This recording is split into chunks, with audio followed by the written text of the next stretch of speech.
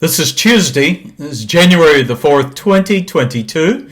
This is the first of two daily devotionals from heartofashepherd.com. Now, the title of this devotional is Jehovah is God, and it's taken from Psalm 83. And I invite you to have your Bible follow with me as we look at this brief psalm today. Now, a little bit of the background. The title of Psalm 83, you'll notice in your Bible, is a song or psalm of Asaph. Now, the question would be, who was Asaph? Well, we know that he was a Levite. We also know that he was one of three principal musicians during the reign of David, King David. Now, the exact date of Psalm 83 is not given. However, it is a prophetic psalm for a time when God's people would face a confederation of nations committed to the destruction of Israel as a nation.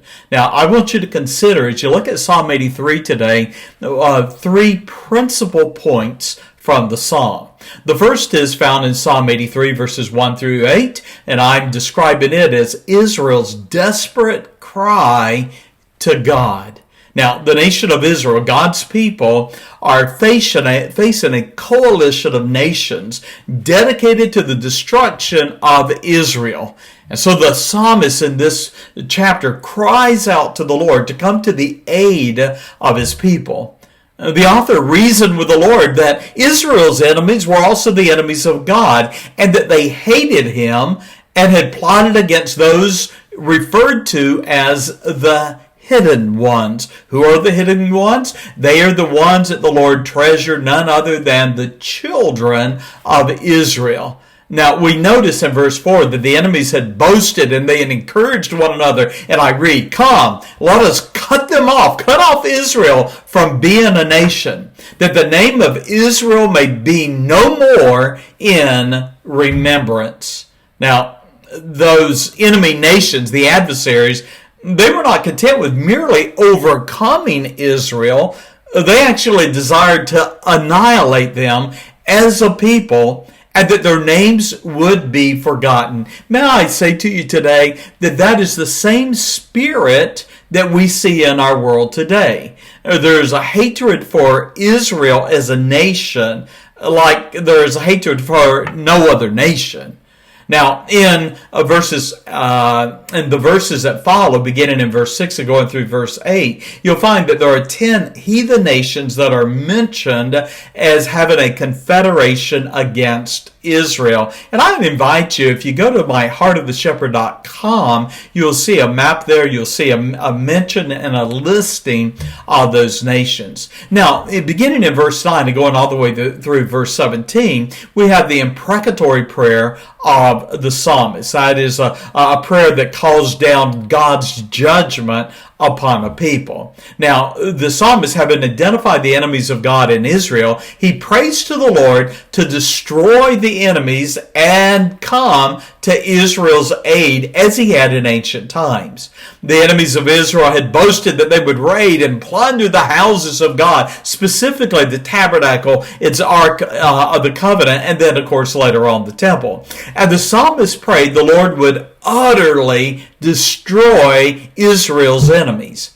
He also prayed that the Lord would crush the enemy as a wheel grinds grain in a mill, that the enemy would become nothing more than stubble and be blown away by the wind. He longed to see the enemies of God's people and the enemies of the Lord himself, that God's wrath would destroy them even as a fire destroys a forest.